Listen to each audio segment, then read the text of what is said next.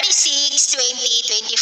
Sa ngayon po ay iba't ibang weather system pa rin ang umiiral dito sa ating bansa. Malamig na hanging amihan ang patuloy po na umiiral dito sa Luzon, shear line sa may Visayas, at mayroon pong intertropical convergence zone na nag-extend sa may Mindanao at nakapaloob po dyan ang LPA na ating binabantayan na nasa layo po ng 1,070 kilometers southeast ng Mindanao.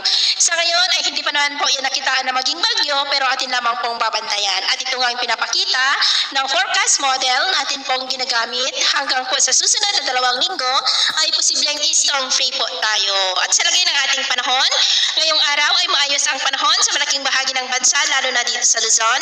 Pero may chance pa din po ng mga isolated rain sa may extreme northern Luzon, Silangan ng Cagayan, Infanta, Calapan, Catanduanes, Legazpi, Southern Palawan, Masbate, malaking bahagi ng Samar Provinces, Leyte at malaking bahagi ng Mindanao, maging sa ilang bahagi ng Leyte at Bohol. At mamaya ay sisikat ang araw sa malaking bahagi ng Luzon pero makakaranas pa rin ng cloudy skies with isolated rain sa ilang bahagi ng Cagayan lalo na sa silangang bahagi, extreme northern Luzon, Catanduanes, Sorsogon, Masbate, Eastern Visayas, Central Visayas, ilang bahagi ng Negros, Aklan at malaking bahagi ng Mindanao.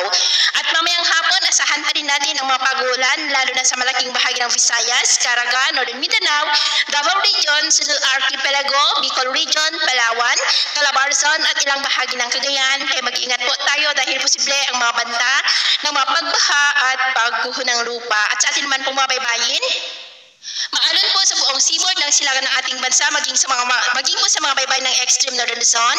Ng mga alon dyan ay posible po na aabot hanggang sa 2.5 to 4 meters height. Kaya hanggat maaari po, iwasan na muna natin ang papalaot dyan sa mga may kulay pula para po mas makaiwas sa mga sakunang pangkaraniwan.